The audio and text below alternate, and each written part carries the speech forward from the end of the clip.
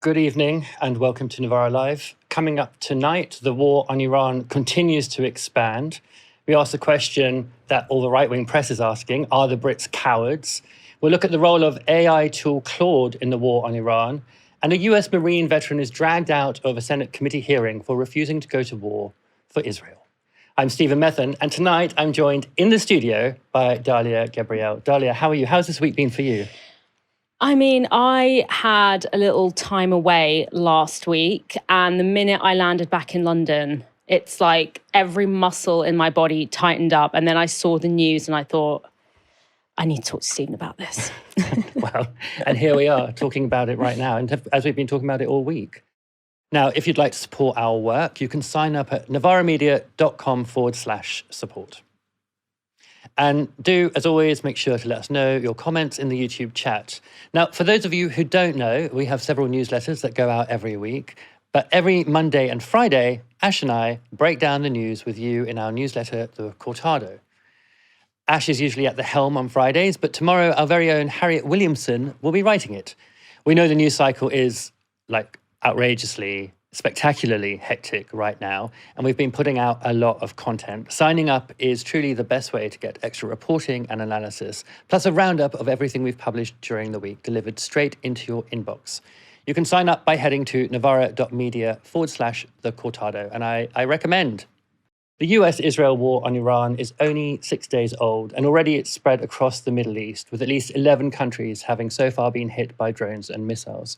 Today, a 12th country joined that list. This footage was shot at the airport in Azerbaijan's Methven region.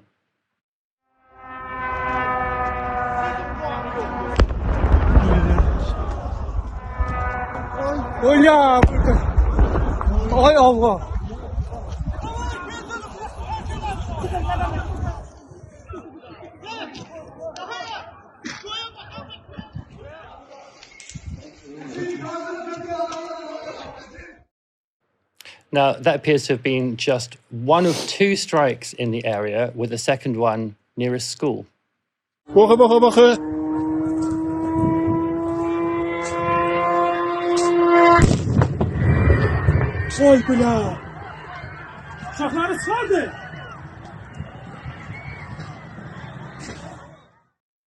Now, you can't have missed the sound of children screaming there. A real reminder that actually when we see these images of bombs and we hear all the chat from politicians, there are actual real people terrified, real children, having bombs and missiles and drones dropping on the ground near to them.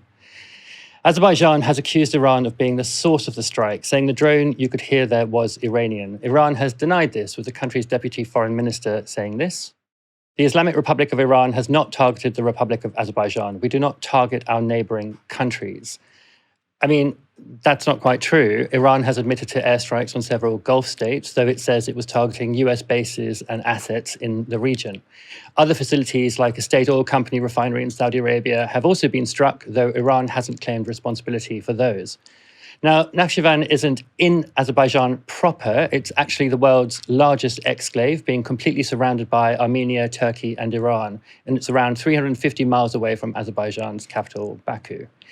The incidents, the two strikes, will have put Azerbaijan, as well as its neighbors Armenia and Georgia, on high alert. All three have already proclaimed neutrality in the war precisely because of their proximity to Iran and a fear of being drawn into an increasingly unstable situation. Azerbaijan's president has now said that his country's military, quote, have been put on the highest level of combat readiness and are prepared to carry out any required operations.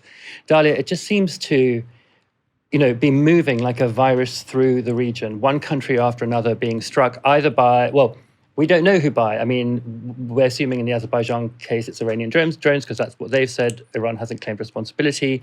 But we are seeing a lot of missiles, projectiles, drones, rockets falling on a lot of countries. Mm. Yes, I mean, I wouldn't want to kind of comment prematurely on what's happened in Azerbaijan specifically.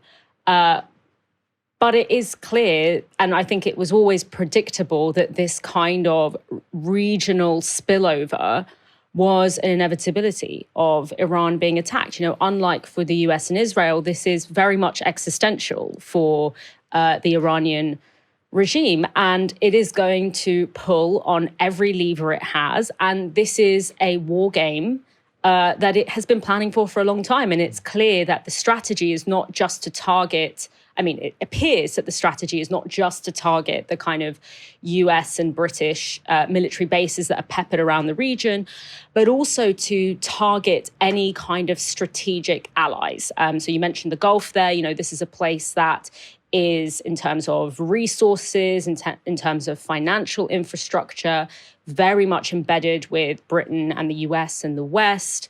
It's trying to create a cost of allyship with the US. It's trying to make being an ally, or even it seems potentially neutral within, as it pertains to the US, it's trying to make that something costly and dangerous. And in turn, Israel is hoping that by heightening that contradiction and the fear of Iranian missiles, is in turn going to consolidate those alliances.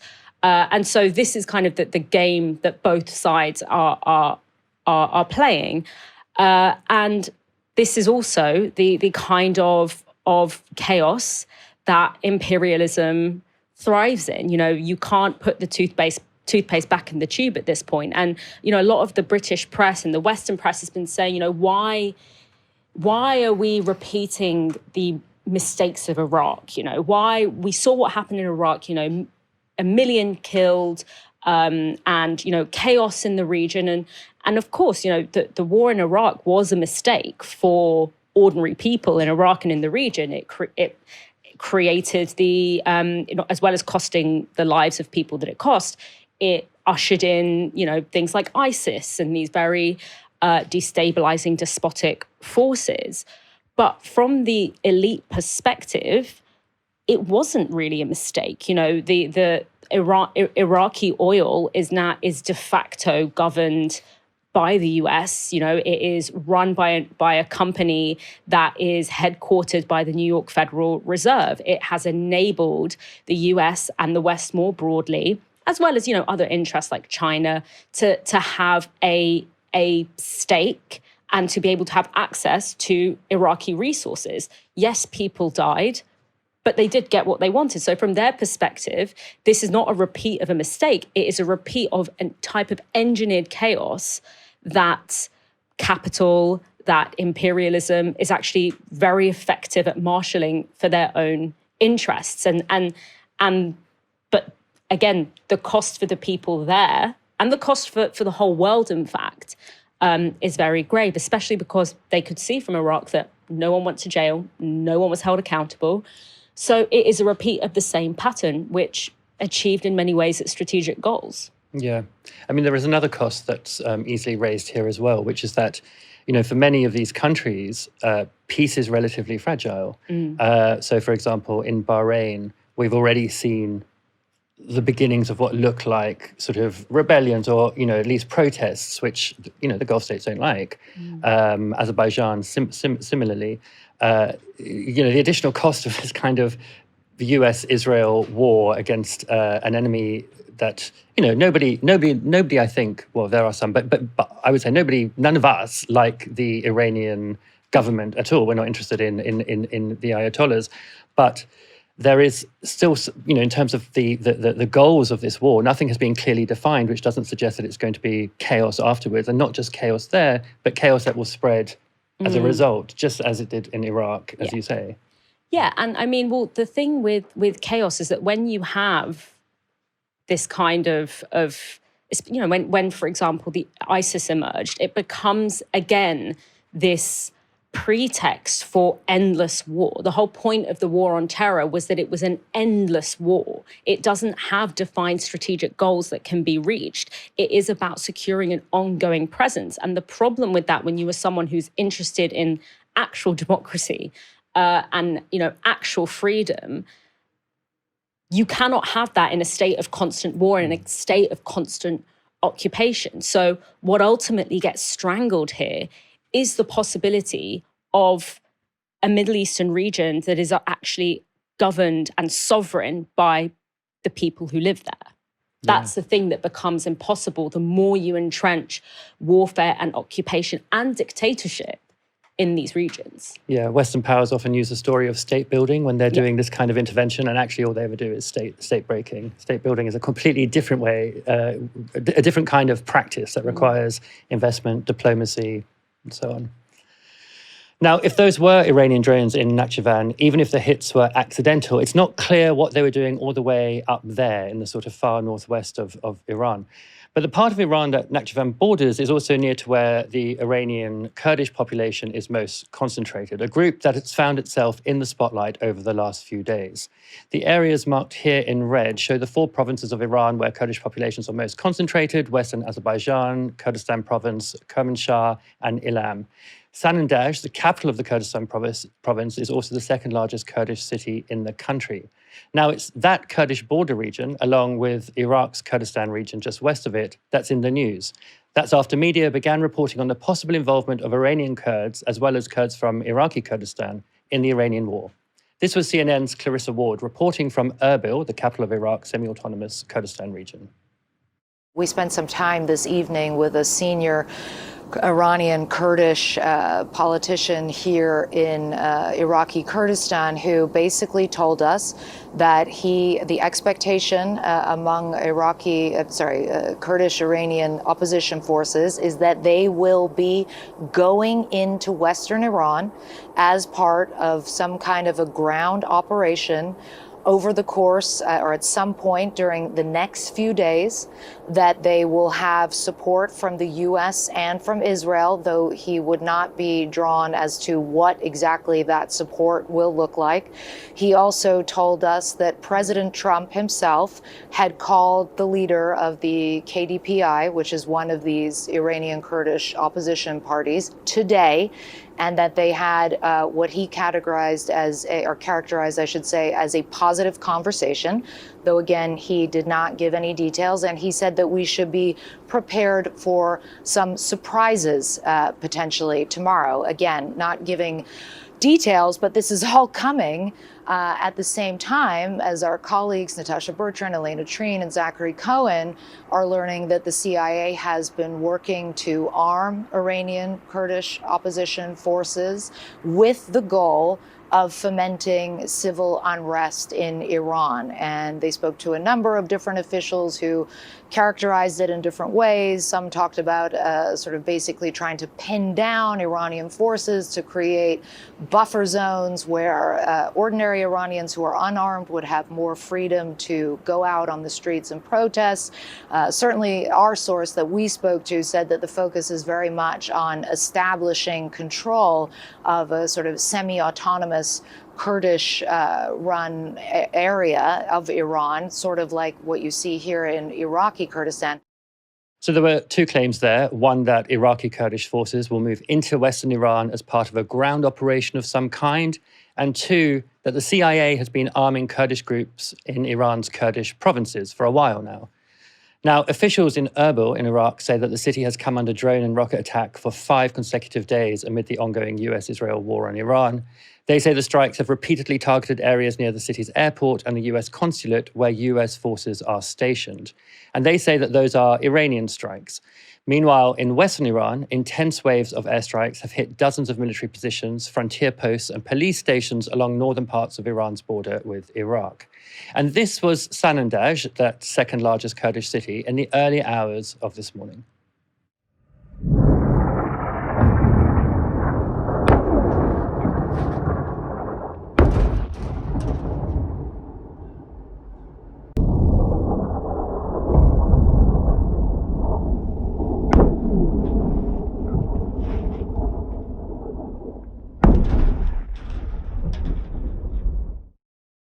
So as you saw there, multiple and fairly horrific explosions in the city.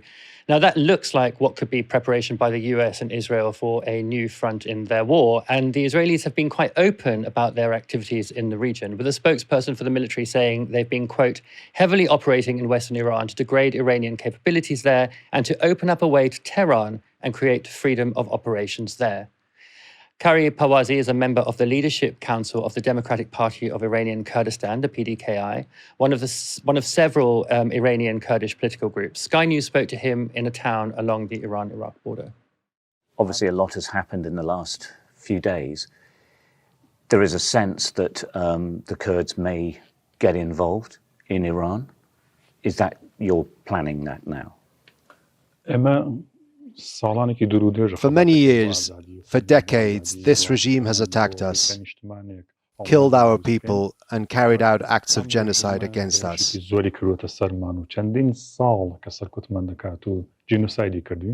Now that the regime is becoming weaker and weaker, we see this as an opportunity to finally move towards achieving our freedom. I'm joined now by Director of Research at the Kurdish Peace Institute, Meghan Bodette. Meghan, how are you? I'm doing well, thank you. How are you? I'm fine. Am I right in thinking you're coming to us from Iraqi Kurdistan now? Yes, that's correct. So, great. There were a few reports this morning that some Kurdish forces from Iraq, Peshmerga, have crossed over into Iran. Have you seen any evidence of this? No, there is no evidence that the Iraqi Kurdish forces have crossed over. In fact, the Iraqi Kurdish leadership has been extremely clear that that is not activity that they are involved in and that they are so far hoping to keep the peace. One thing that a lot of people outside of the region don't know is that Iraqi Kurdistan maintains relatively positive relations with the US, Iran, and Turkey, obviously with US military support being important for the region and Iran and Turkey being neighboring regional powers with pretty significant economic and military weight. So for the Iraqi Kurds, the objective here is to stay out of this as much as possible and to continue to try to balance those relationships because they know that further conflict in that region could severely damage the economy and civilian lives and livelihoods.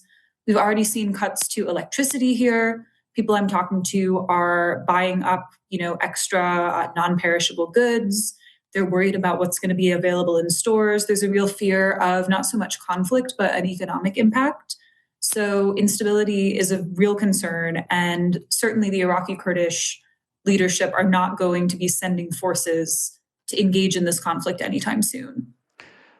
So in that case, where is this reporting coming from? Well, I think that there are a couple sources of this. First of all, there's a lot of misinformation and a real lack of understanding of Kurdish politics, right? I think that there are some people who are just confusing the fact that there are armed opposition groups among the Kurdish population of Iran that have been active for 80 years now with the existence of the Peshmerga in the Kurdistan Regional Government of Iraq. These are separate armed forces. They come from separate political backgrounds. They have different goals. But to a lot of Westerners, they'll just say the Kurds, quote unquote, and confuse them. I think there's also an information war element to this, right? As the strikes are continuing, certainly I think that, actors in the US and Israel who might be in a position to leak information to the press certainly want information to get out there that might put as much pressure as they can on the Iranian government, that might create scenarios that aren't necessarily true, that might try to get them to concentrate forces in certain places. So saying something like, the Iraqi Kurds might consider an operation against Iran is something that could have an information war value as well. But I think that on that continuum of just ignorance to propaganda, there's an incredible amount of space. And, a lot of journalists and researchers don't come out here and don't ask the questions about what's going on, don't, do the sort of basic due diligence to see, is this claim actually true? And we saw that those kinds of lacks of standards have had really negative impacts, not just on the way that people understand Kurdistan in the Middle East, but on the actual policy that gets made based off of those misunderstandings. What are people saying about the strikes on Erbil that we're seeing during this week? So authorities there are saying they're Iranian strikes. What would be the interest in Iran making those strikes there at this point? So like I think you guys were talking about when you opened the program, Iran sees this as existential. They're trying to raise the cost of conflict for not just the US, but all actors in the region. We know that there is the US consulate in Erbil. There are US troops stationed there. So for Iran, that's a pretty easy and relevant target in their effort to up the cost of the US presence in the region it's also certainly a threat to the Iraqi Kurds, who, as I said, again, have good relations with Iran, but also have good relations with the United States. At this point in time, I would imagine that there are really serious efforts on both sides to force the Iraqi Kurdish leadership to choose a side in the conflict. And certainly, I think these strikes can also be read as a message to the Iraqi Kurds to push them to not get involved and not even, support by allowing the presence of any kind of U.S. presence or also presence of Iranian Kurdish groups. Because in addition to the strikes on the sort of U.S. affiliated targets in Erbil, there have also been strikes on the camps of Iranian Kurdish opposition parties that are located outside of the city. These have killed and injured multiple people. This is also a warning not just to those groups, who the Iranian government obviously sees as a threat, but to the Iraqi Kurds too for hosting them on their territory. So let's talk about those Iranian opposition groups on the Iraqi side of the border, but also the politics on the Iranian side. So we're talking about this big area called, sometimes called Eastern Kurdistan. There are lots of political groups, parties there. I mean, I think I counted like 7 of them. There's a suggestion that the CIA is arming Kurds in the area to sort of foment an incursion towards Tehran. What do you make of those suggestions? Well, I think that in a situation like this, it's important to remember that the Kurdish armed mobilization didn't start this year or with this war. So for viewers who might not know, the first ever, the roots of the Kurdish nationalist movement in the Middle East actually started with the Kurdish rebellion against the monarchy in the 1940s, with the World War II impacting developments in the Middle East. The Kurds in northwestern Iran in Mahabad were able to create the short-lived Republic of Kurdistan with the support of the Soviet Union.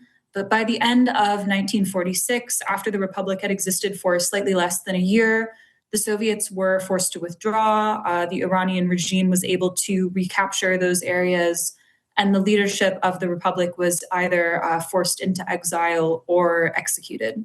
So there's this history of resistance and self-determination, but also this history of, failed uprisings when the central state has been able to reassert control. And then again in 1979, you had the same Kurdish rebel groups and newly formed rebel groups as well. The group that founded Mahabad was called the KDPI. I believe you heard earlier on the program an interview with one of their spokespeople. Other rebel groups were founded in the 1970s. Kurds fought against the Shah in 1979. And then they were one of the only progressive segments of the revolution, we can say, to maintain the fight against the imposition of the Islamic Republic into the early 1980s. Again, for a few years, they actually controlled some territory, but the Islamic Republic was, like the Shah in 1946, ultimately able to kind of consolidate power, crack down, and violently enforce its rule on those Kurdish areas. And then through the 1980s and 1990s and into the 21st century, you've had these on and off armed mobilizations by a wide variety of Kurdish groups, seeking at first self-determination through the creation of a Kurdish state, but later now, I think we can say in the 21st century, mostly autonomy in a federal system similar to what the Kurds have in Iraq. So this isn't something new. These aren't new groups. And certainly I would imagine that their conversations with, any actors involved in this conflict aren't new either. I think that in a situation like this one, everybody is talking to everybody else. There are a lot of contingency plans. And again, when we look at what is reported in the media, we want to think about why a certain story might be being leaked at a certain time. I don't think anyone can say for sure if any of these plans are true or not, or what's happening there. But I do think, again, there's a lot of reason in the US to want to put pressure on Iran right now. I think on the Kurdish side, there's a lot of suspicion that I've heard about how something like this would work. Most Iranian Kurds that I speak to, they believe that this current, very centralized, very nationalistic government has to go. They want self-determination for Kurdish people in Kurdish regions. But at the same time, they're very suspicious of many actors within the mainstream Iranian opposition, such as, for example, the monarchist contingent, who they see as no better on Kurdish rights than the Islamic Republic.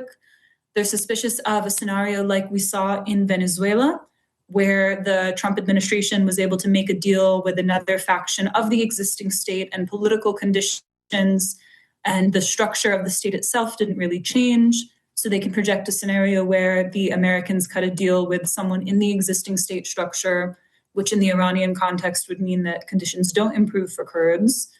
And then there's the very real memory of the situation that happened just a month or so ago in Syria, where after the US had collaborated with the Syrian Kurds for years against ISIS, you had this sort of shift to support for the Syrian central government, a failure of negotiations, and ultimately violent, Syrian government attacks on Kurdish regions.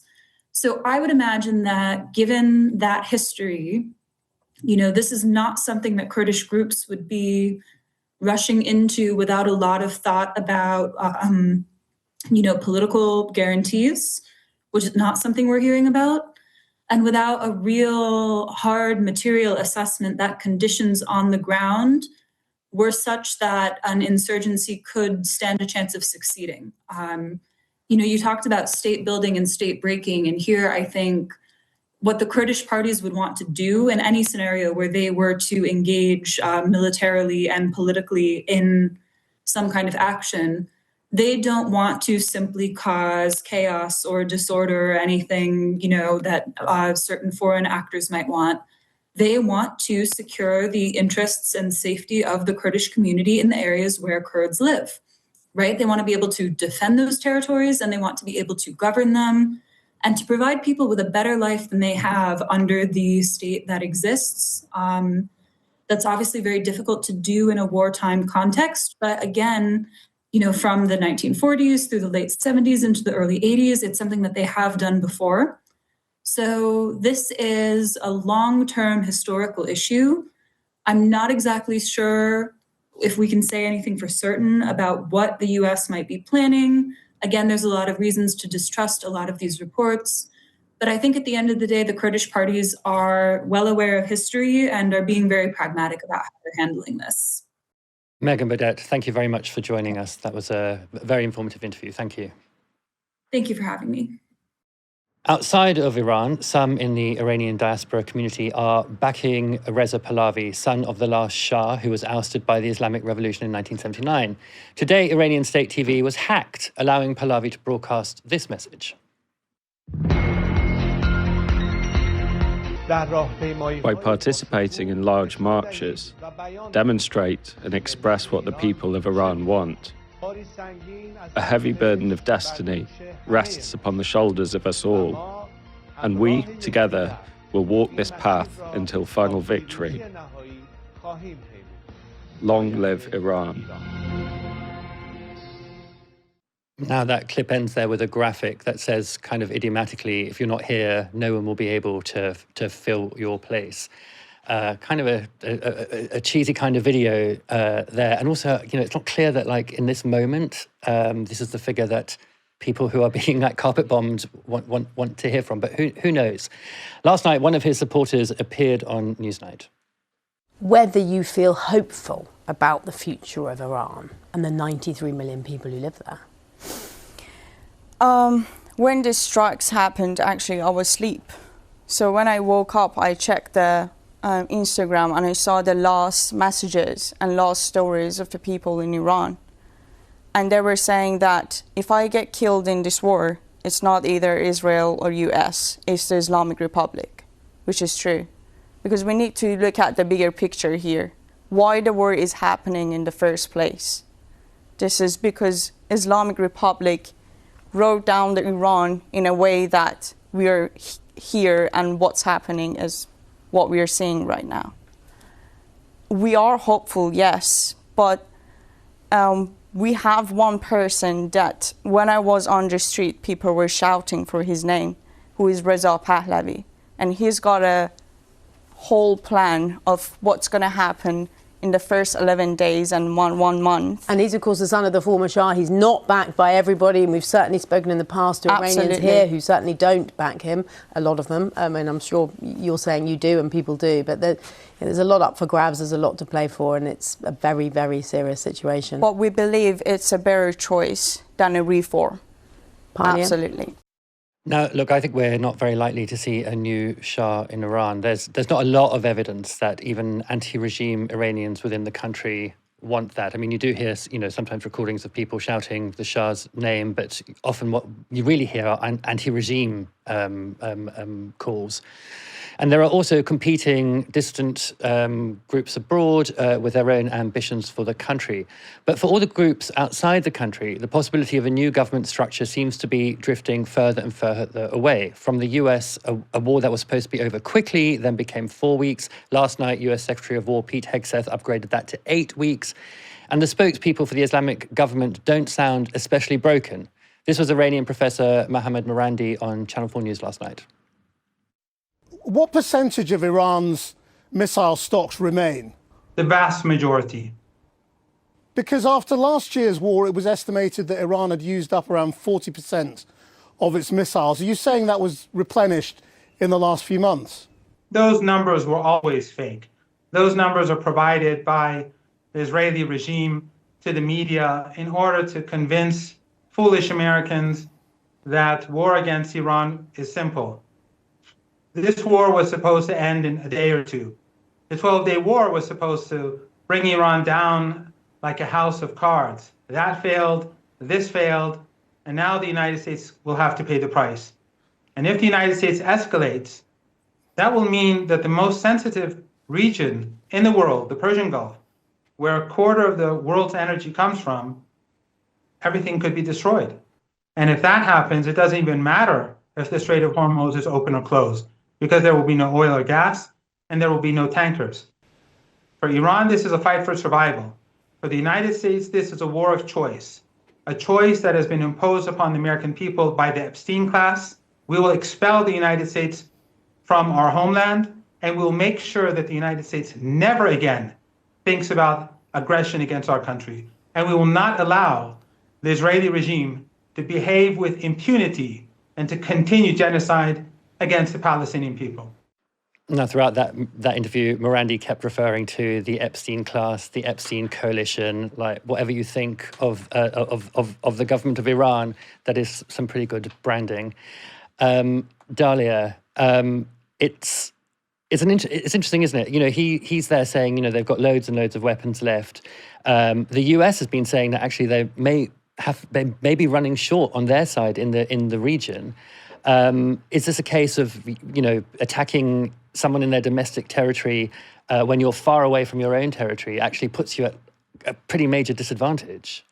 I think we were talking earlier before the show started about the kind of difference in resources. Now, obviously, the US is a far more resourced country than Iran, but still, this is a significant drain on the US's resources. I think the rockets that Iran are using are something like couple of tens of thousands of dollars per rocket fired, and each of them costs $4 million to intercept. So you do that day in, day out for however long, eventually that is a drain on the resources. But it's more that this idea that this was a war that, you will be in and out, it will be over, and that's how you kind of sell it to the American public.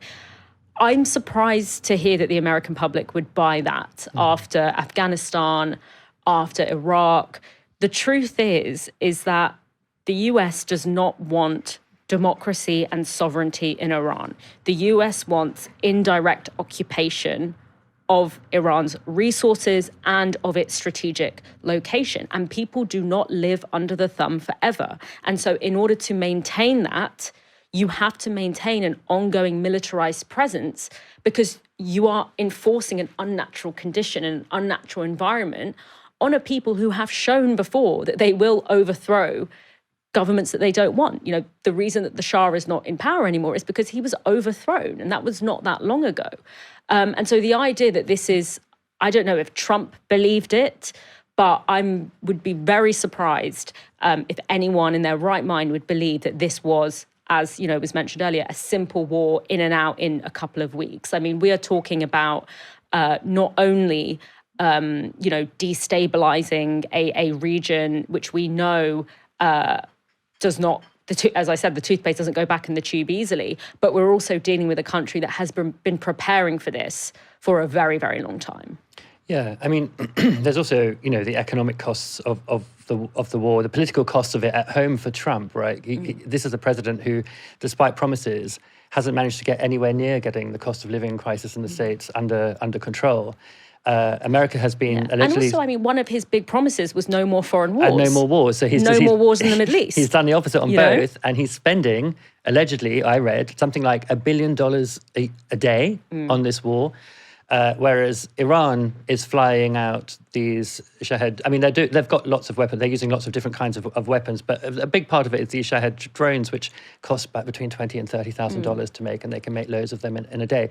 But on that $1 billion a day, I don't think Americans are going to be very happy when it's, in just a week and a bit's time, or 2 weeks' time, $20 billion that's been spent, or in a few months' time, multiples of that's been spent.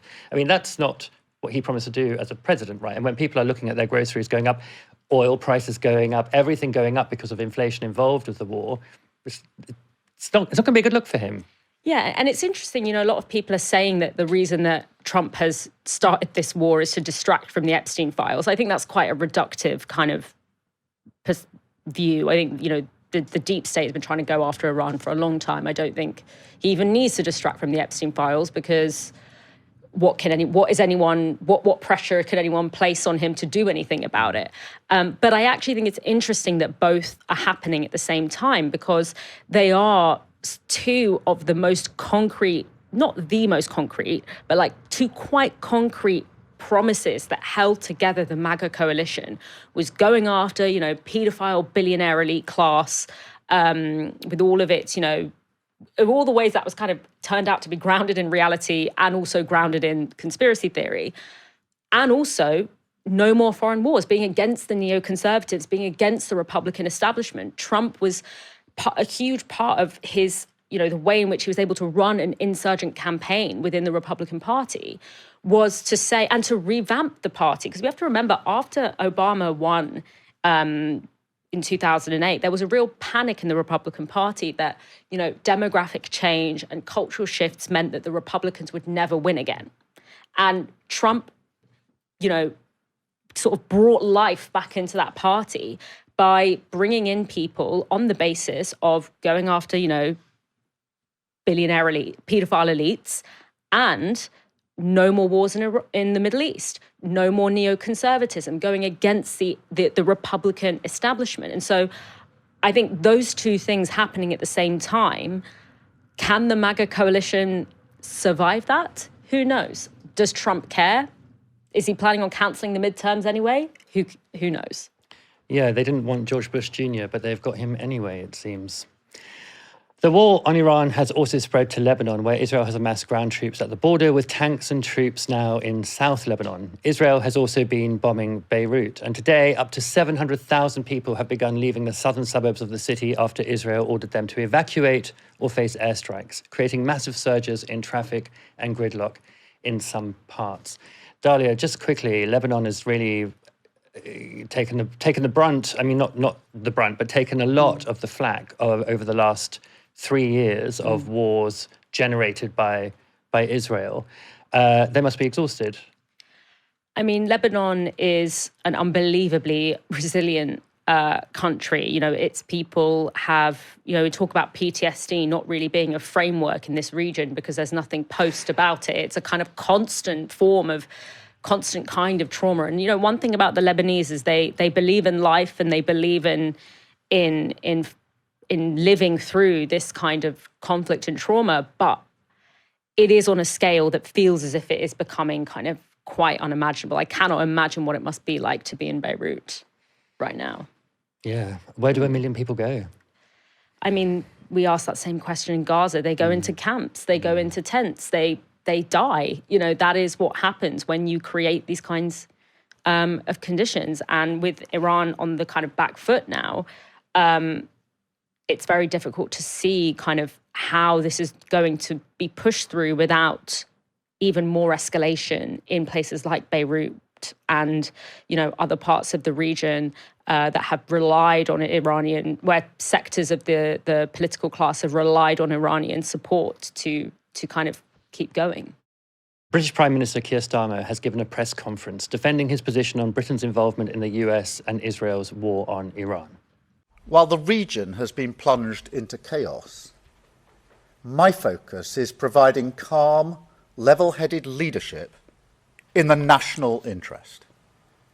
That means deploying our military and diplomatic strength to protect our people. And it means having the strength to stand firm by our values and our principles, no matter the pressure to do otherwise. The long-standing British position is that the best way forward for the regime and the world is a negotiated settlement with Iran where they give up their nuclear ambitions.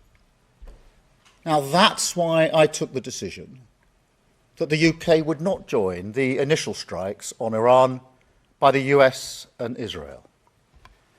Now, that decision was deliberate.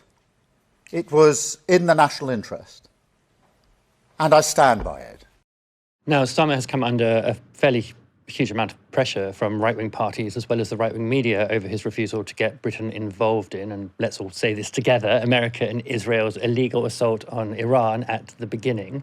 So we had this from Alison Pearson in The Telegraph. Trump is right. Starmer has humiliated the land of Churchill. Rod Liddell called Starmer cowardly in The Sun, saying he isn't cut out to lead Britain. And in The Express, Starmer was described as dithering. These people are completely furious that Starmer didn't just start indiscriminately bombing a nation they hate with no regard for international law, which, by the way, they also hate. There was a pretty good article in the FT today on this exact subject. The paper's chief political commentator, Robert Shrimsley, outlined a defense of what he called the hand-wringers and the pearl clutchers, arguing that to surrender international law is to accept some extremely dark outcomes. Now, Shrimsley says this: over in Europe, where, let's face it, we are all women except for Giorgia Meloni or possibly the AfD, there has been quite a bit of unmanly hand-wringing about the attack on Iran. Keir Starmer, Emmanuel Macron and Pedro Sanchez are among the scorned recalcitrants. This is admittedly uncomfortable for those who care about the legalities, because no decent person should shed tears for an Iranian regime that massacres its own citizens and exports terror. Having flouted international law for decades, how can it demand its protection? Indeed, there are some lawyers making the case for this intervention on grounds of Iran's ongoing threat. Now, that was some pretty outdated language at the beginning there, but Shrimley's doing it on purpose. After all, it was the Secretary of War, Pete Hegseth, who called Europeans hand-wringers and pearl clutchers. And as we all know, he's the only real man on earth. Shrimley goes on to say this: but while people may debate the legal and strategic arguments, what we can't let stand unchallenged is the insidious accompanying case made by the right and even some democratic leaders that in the New World Order, international law is no longer helpful or applicable. If the demise of international law is a fait accompli, why shouldn't Trump seize Greenland? Are we confident that America will always draw back from upsetting NATO allies? Why protest if Ukraine is carved up by Trump and Vladimir Putin? On what grounds does the US stand up for Taiwan? Now, a lot of the anxiety on the right is based on comments made by Trump on Tuesday night, where he said he was disappointed in the UK and that Starmer was no Churchill. Starmer was asked about that today. Donald Trump has suggested that you've ruined the special relationship, that you are no Churchill. On the special relationship, is he right on that? Have you ruined the special relationship? Look, the special relationship is in operation right now. We're working with the Americans in the deployment from our bases. We are working together in the region, the US and the British working together to protect both the US and the British in joint bases where we're jointly located, and we're sharing intelligence on a 24/7 basis in the usual way. That is the special relationship. That is a special relationship in operation. And clearly it's for the President to take decisions that he considers in the national interest, the right decisions for the US. I understand that, I respect that. But equally, it's for me, as the British Prime Minister, to take decisions that I consider to be in the best interest of the United Kingdom. There's nothing controversial about that. Where Starmer does seem to be focusing his energy, though, is on getting Brits out of the region. More than 140,000 Britons are in the Gulf states and other nearby countries, and they've registered with British embassies and consulates. And after a delay, the first government flight departed Oman today. Some commercial airlines have now also begun bringing people home after the entire airspace of the Middle East was closed for days, again, because of this illegal war. Starmer spoke about the complexity of the operation to get people out. I want to be very clear. This is a huge undertaking. It's one of the biggest operations of its kind, many times bigger than the evacuation from Afghanistan. It's not going to happen overnight, but we will not stop until our people are safe. Dalia, I mean, look, we know that we're not completely uninvolved in this war, right? We have now said that we will allow the US military to use our bases for what they call defensive attacks, so taking out Iranian missiles before they can be launched. And our jets have been shooting down missiles over Gulf states in order to protect, as Starmer says, our allies. But we're not involved in bombing Iran. I think that's a good thing. I don't think we should be joining forces with pirates and renegades when it comes to international law. I also think, I want a prime minister who cares about getting people out of the region and bringing them home and getting them into safety. So I don't know what you think about that, but I also wanted to ask you about the international law point because, I thought the point in that piece is either a good one or a really academic one. Because on the one hand, either you think, well, look, international law has already gone, and many people who live outside of the West would say, what international law? And now we're finding ourselves saying, what international law following Gaza, the genocide in Gaza, and seeing the US act with impunity. But on the other hand, you might think, okay, look, it's true that international law hasn't treated everybody fairly, but that's room for improvement, not a reason to chuck it all. Yeah, I mean, the history of international law is not a universal one, but I don't think that that those of us who have been critical of the way in which international law was both the international law that is supposed to be, protecting human rights. I think those of us who might have been critical of it, the argument was never to ditch it altogether and just have a free-for-all. It was always to kind of expand and adapt it in light of those limitations. I'm, of course, glad that at the moment Britain is not involved in the active warmongering in Iran, as in, firing bombs on Iranian people. I hope that lasts. I don't know if it will.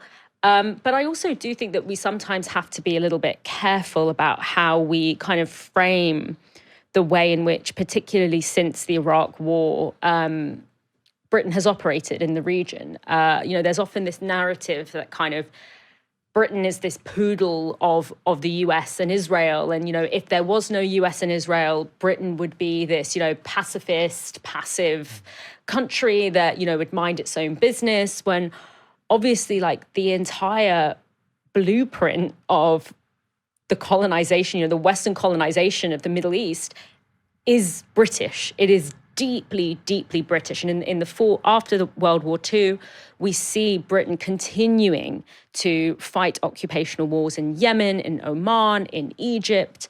So, it much more than the US. It has a deep knowledge and history of colonial occupation within the region. And I think, when it comes to kind of direct military operations, as in, actually carpet bombing, actually providing, sending weapons and all of this, the US and Israel at the moment don't really need that. What they do need is the thing that we are giving them, which is intelligence. Britain's intelligence is almost second to none in the region. And we're giving them access to that military infrastructure, which, why do we have bases all over this region? Because there is an ongoing, very British colonial interest in the region. And so, yes, I am glad that we're not, killing rooms full of school children. But I think that that's not really a product of kind of Keir Starmer being sort of above this operation, not in the way that I would say like the Spanish leadership is, but I think it is about saying, okay, how can we give what we need to give in order to maintain this kind of alliance that is very much in both of our deep state interests, without perhaps, risking, I guess, British troops or doing something that will make him even more deeply unpopular within Britain. But we are still providing the Americans with the most valuable British asset in the area, which is our intelligence and the military bases, which is a legacy of British colonialism in the region, which stretches back far beyond American occupation in the region. Yeah, I think Pedro Sanchez's refusal to let the states use their bases is partly a recognition that there will always be mission creep. So you can begin by saying, okay, we're restricting the use to these few things, and that will change over time. The definition of defensive will become thinner and thinner. And also, especially when, you've got people like Hegseth and Trump who, you don't think are going to be, particularly interested in honouring an agreement of any kind for the use of bases. Did the United States airstrike a girls' elementary school and kill 175 people?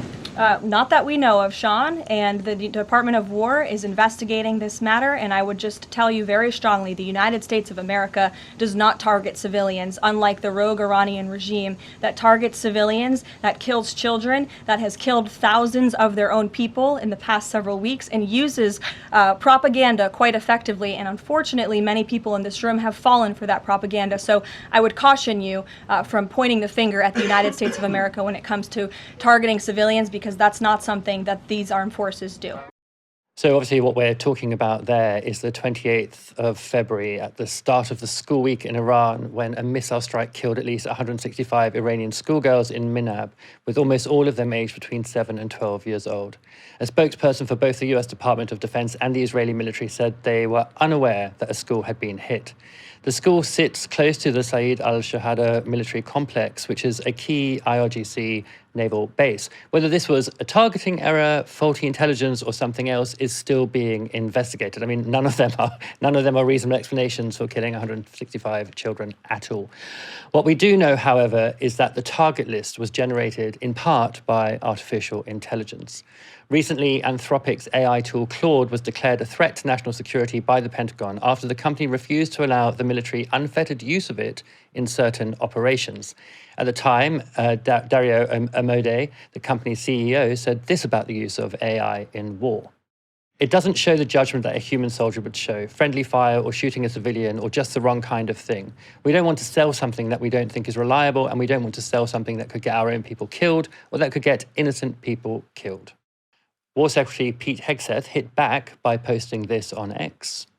This week, Anthropic delivered a masterclass in arrogance and betrayal, as well as a textbook case of how not to do business with the United States government or the Pentagon. Our position has never wavered and will never waver. The Department of War must have full, unrestricted access to Anthropic's models for every lawful purpose in defense of the Republic. Instead, Anthropic AI and its CEO, Dalia Amode, have chosen duplicity, cloaked in the sanctimonious rhetoric of effective altruism. I don't think it is. I think it's just cloaked in the rhetoric of not killing innocent people. They have attempted to strong-arm the United States military into submission, a cowardly act of corporate virtue signaling that places Silicon Valley ideology above American lives. Virtue is not virtue signaling. The US, however, still seems to be pretty dependent on Anthropic's tech. The Washington Post reported that within the first 20 hours of the war on Iran, a staggering 1,000 targets were identified. The article goes on to say this.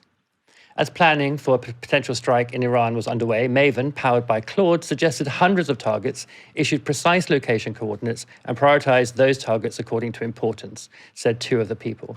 The pairing of Methven and Claude has created a tool that is speeding the pace of the campaign, reducing Iran's ability to counterstrike, and turning weeks-long battle planning into real-time operations, said one of those people. The AI tools also evaluate a strike after it is initiated, the person said. Now, this isn't new territory either. Cast your mind back to the ongoing genocide in Gaza in its most sort of frantic phases, where tools such as Where's Daddy, a real-time tracking system, the Gospel, a structural targeting system, and Lavender, a database with thousands of potential targets, were all used. Paul Schara, the executive vice president at the Center for a New American Security, told the Washington Post this. AI gets it wrong. We need humans to check the output of generative AI when the stakes are life and death. Now, Dalia, we don't know for sure that this school was generated as a target by the artificial intelligence used by the US military.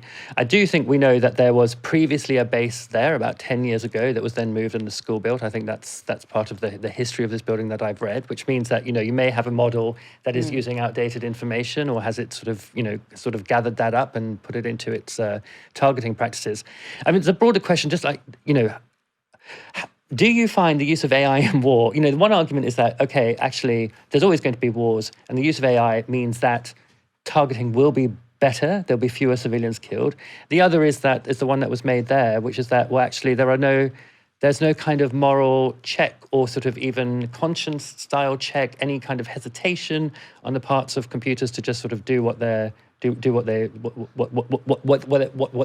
judged is the right thing to do in that situation. I say the word judge, I don't even think that's the right word. Calculated. Yeah, and it's also a difficult one because, it's not like war that doesn't involve AI or large language models, or, war that is driven by human beings exclusively. It's not like those wars necessarily show restraint or humanity. We've seen heinous things done in wars without the use of AI at all. But I think that point about how AI is often, and I think the public's misunderstanding or the kind of association that we make with AI is this idea that it can actually be, as you say, more accurate, or it can remove human error, or it can remove human bias. And the implication of that is minimizing unnecessary loss of life. The problem with that is, first of all, accurate according to who? We have just watched for 3 years Israel killing thousands and thousands of children, labeling an entire population as terrorists as a pretext for justifying their murder and genocide. So, I'm sure Israel considered that to be highly accurate. If you label everyone a terrorist, then it's accurate to then do wide-scale violence against them. So these kind of categories of definition are still being defined by the same people, and being defined by people who are genocidal in the case of Israel.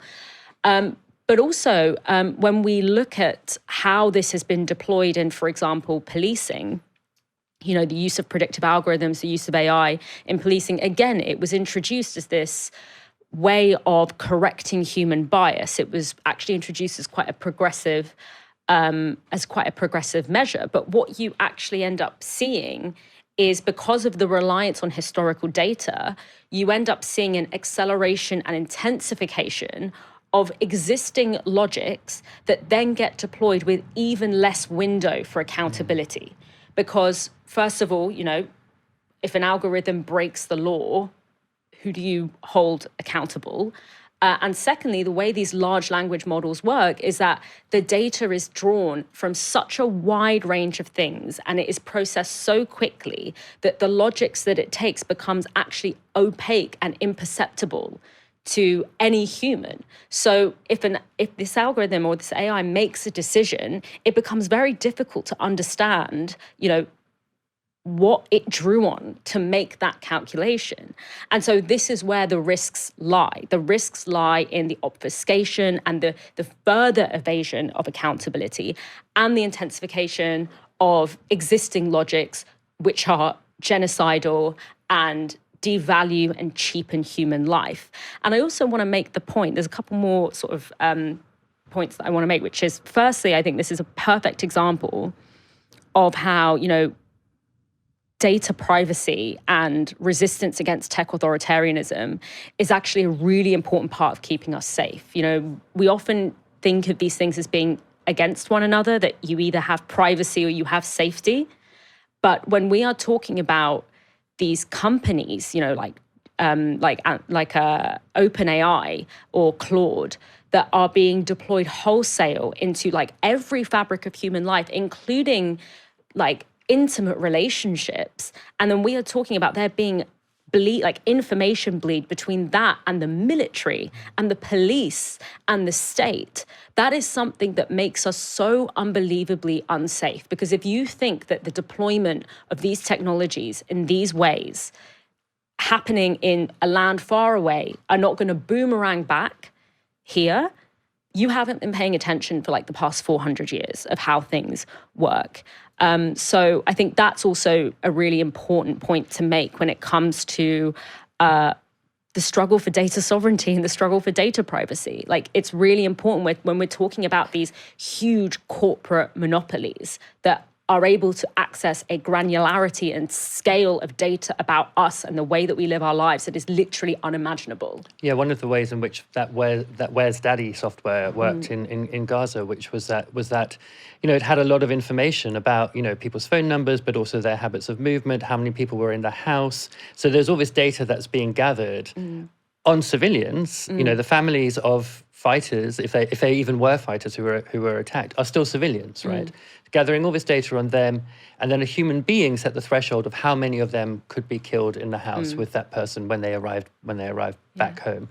So you have as you say, this like terrifying way in which data that human beings can't really track, it just becomes sort of meaningless reams of information that they can't do anything with, in the hands of these machines becomes wieldable and weaponizable, and then it gets added to actual weapons. And then a human being sort of decides, okay, well, actually, these number of people, civilians, can be killed in order to meet this target. Yeah, and I mean, I say that there's a boomerang effect, but it's actually kind of incorrect of me, because we've already seen this deployed in Britain in the form of the gangs matrix. The gangs matrix, which now no longer exists, but it did exist for a long time.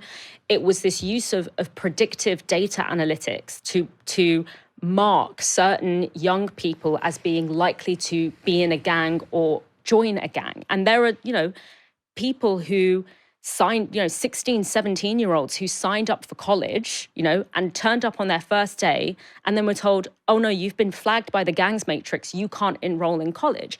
They don't know that they were ever flagged up by the gangs matrix. No one can tell them why they were algorithmically flagged of being at risk of joining a gang. And it relies on proxy data. It relies on do you in some ways fit the demographic, balance of people that we think would possibly join a gang, right? So it's like where you live, the music you listen to, the people you're seen with, all of these different proxy markers that then get kind of synthesized into a label that no one can actually really trace back why that got attached to you. And then suddenly you can't, get a bank account, or you can't go to school, or you can't have access to services. And so we've actually already seen this being deployed in Britain. And it just takes us further away from where we want to be, which is accountability. Yeah, for sure. I'm super against AI in general. I'm a real Luddite about this. And it's not because I have a particular... I mean, I do have some moral objections, but my resistance just comes from the fact that I actually I love my own brain, and I don't need OpenAI to write an email for me because I'm too lazy to do it myself or can't be bothered. But it is worth remembering, I think, that every time you use these products in that way, you are participating in this industrial military complex, which now involves these machines, these models. There's no firewall between what you're contributing to it by editing those emails and so on and so forth, and what's being used elsewhere. Anyway, let's go. It's not going anywhere, so that's just a sort of rant into the darkness. Hey guys, I'm here in DC trying to speak out against the Senate and ask them why they're going to send our men and women to harm's way when our elected officials said that there would be no world war. Anybody who feels disillusioned and betrayed by our government, you're not alone. Join us in demanding accountability for this betrayal. Free Palestine, free America. Let's go. Those were the words of Brian McGuinness. He's a US Marine Corps veteran, a firefighter, and Green Party candidate from North Carolina. He filmed that video before this explosive incident during a Capitol Hill hearing on the Iran war. Israel is the reason for this war. America does not want to fight this war for Israel. Let's go. Come on, let's go. America does not want to send its sons and daughters to war for Israel. Your inability to name that shows your exemptness as leaders. Out. This is wrong. Stop. And nobody wants to fight for Israel.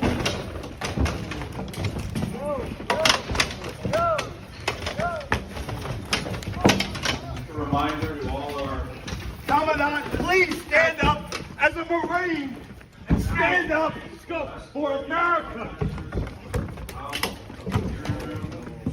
Out. No one wants to fight for Israel.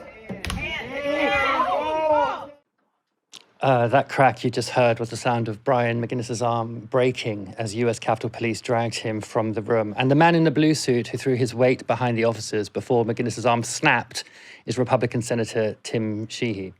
During his arrest, McGuinness continued to struggle as police handcuffed him before he had received medical attention. He chanted, "Free Palestine, from the halls of Montezuma to the shores of Tripoli, Palestine will be free," a reworking of the first line from the Marines' hymn. Brian McGuinness now faces counts of assault on a police officer, resisting arrest and unlawful demonstration. And these events come in the context of the US Senate rejecting a bipartisan resolution that would limit Trump's powers to wage war in Iran. The measure was rejected in a 53-47 vote drawn mostly along party lines. Only 2 senators crossed the floor. Republican Rand Paul voted for the measure to restrict Trump's powers, whilst Democrat and longtime champion of Israel, John Fetterman, opposed it. Dalia, it doesn't look like there's much opposition in American politics to Trump at this point, and we're seeing their soldiers having their arms broken by actual sitting politicians, or at least taking part in the breaking of the arm, sitting politicians in the US Congress. What do you make of these scenes, and what do you make of the Senate just sort of sitting by? So, I mean, maybe you're not surprised. I mean, it's very interesting, when it comes to sort of the US military and like the people who actually fight in the US military. Obviously, a lot of them are sort of motivated by whatever their propaganda their state has fed them and everything. But there is also this kind of dynamic that you have in a country where, there's no universal health care, there is a lot of poverty. And, for a lot of young people, who can't afford to go to college, who don't see a prospect of a job that gets them healthcare in their future, the army sort of actively preys on them and sort of grooms them into joining for the promise of free college, free healthcare, a pension, all of these things that are not accessible to them in other ways. And it's always been a kind of thorn in their side when those people kind of go through fighting, on the ground, whether it's Vietnam, Iraq, and potentially Iran here, and come out of the other side and say, there was no honor in that. There was no honor in what I did. And, I come back traumatized with what I did. I come back ashamed. And when they translate that voice into political resistance, it's a thorn in the side for the American establishment, because you can't call them dishonorable. You can't call them unpatriotic. You can't call them cowardly. Because they played the game. They literally went and, fought in the war that you commissioned. And especially when the president is an alleged draft dodger.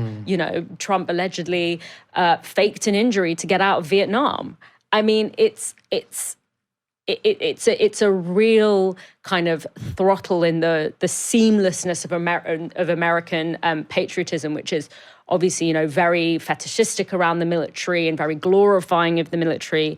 When you have people who go through that and come out and say, I fought an elite war, I possibly killed people for elites, and I regret it, and I don't want it to happen again. There's very little you can argue with that other than to literally physically remove them from being able to speak. Yeah, absolutely. It creates such a conflict in the kind of the iconography of the American state when you see this happening. Or like Aaron Bushnell as well, just these acts of pacifism or in support of pacifism from one of the most violent militaries in the world, and they do it because of the violence that they've encountered or seen. Dalia, let's leave it there. Thank you so much for joining me. This was great. It's great to have you back in the studio. I love it here. Yeah. And I love the new backdrop here as well. Very chic. Yeah, we had a comment from someone that it makes it look like student digs. So let us know what you think. Do you like the backdrop? Do you not like the backdrop? Drop us a line. Thank you again, Dalia, for joining me tonight. Thanks, everyone, for tuning in. Come back tomorrow for another live stream from 6 p.m. For now, you've been watching Novara Media. Good night.